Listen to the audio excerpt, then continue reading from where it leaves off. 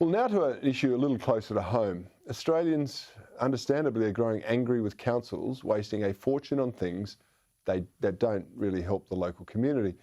I mean, local council bureaucracies have become out of control, pushing their woke agenda on the public and all on the taxpayer's penny. A story in the Herald Sun today reiterated this. And it said a council in Victoria is giving funds designated for COVID recovery to organisations that a Greens and independent left-wing councillor actually work for. Stonnington City Council, that's a council from the inner city of Melbourne, have been diverting council funds designated for COVID relief to their own organisations. Sounds outrageous, doesn't it? Well, for more on this, I'm joined by Stonnington City Councillor Alexander Liu. Councillor Liu, thanks so much for your time tonight. Now, let me just capture what's happened in Stonnington. Thousands of businesses have closed, and all the while the Greens and the left-wing councillors are voting to put the rates up during a pandemic. They're voting against a motion advocating for the end of lockdowns, and now they're funneling funds into their own organisations. Is that about the extent of it? That's right, Corey. So Stonnington Council was running a COVID community recovery grant scheme. And this scheme was set up to help the community recover from the awful position that we've all been put in, living under lockdown. Under this scheme, organisations connected to local councillors at Stonnington have received over 70% of the COVID recovery grant funds. And that necessarily means that other charities that didn't have councillors as board members or who had councillors who didn't have councillors who worked for them missed out. Now, council should not be giving money to not-for-profit agencies that have councillors as board members or have councillors as paid employees. And why is this important, Corey? Well, there are many worthy organisations that rely on local government funding for their income. And if a councillor is involved in setting a policy that sees their own organisation get tens of thousands of dollars from their own council, they have a conflict. Even if that councillor steps away, as these councillors have, Corey, and allow council officers to process the grants application, we still have a problem because the relationship between councillor and council officer is one of power imbalance. If you're a councillor and you're in a governance or management position of a not-for-profit agency, your agency should not be going to your council cap in hand and asking for a handout. And this is not a Liberal, Labor or Greens issue, Corey. This is simply about good governance. Well, you're quite right. It should be about good governance, and normally declaring a conflict of interest and stepping away from decisions is appropriate there. But you make a very good point about the cosy relationships between officers and councillors quite often. There's a lot of influence and a lot of power that goes on in that. So I think you're raising some very, very good concerns. 70% of the money has gone to linked organisations to the council. How have the people of Stonnington reacted to this? I mean, surely they must be angry when you've disclosed it. Well, that's right, Corey. Look, in Stonnington, we have 18,000 businesses that support 60,000 jobs. Many of them are in retail, many of them are in hospitality. We have 24,000 children who are at homeschool. And every day I'm contacted by a local business person to say that they've reached their limits. One thing we know for sure, Corey, though, is that this lockdown isn't going to end when the government says it's going to end, because it never does. And we've got our elected Greens and so-called independent councillors.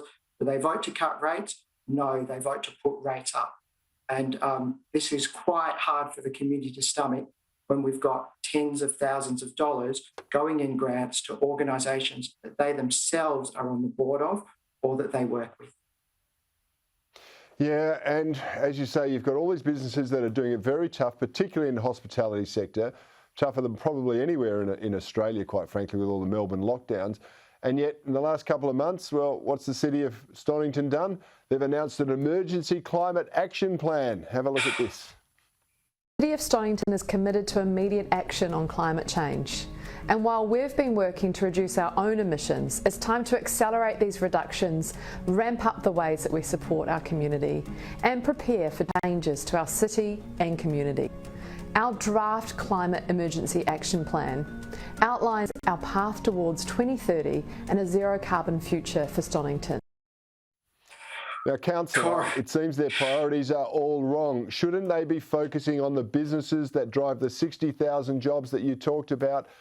To get them, that should be their priority, get them up and running again so that the city can actually function properly. You're absolutely right, Corey, and it's really tough being a councillor here in inner city Melbourne. On the one hand, we have a majority of the inner city Melbourne councillors who take their ideological guidance from career council public servants or the Greens.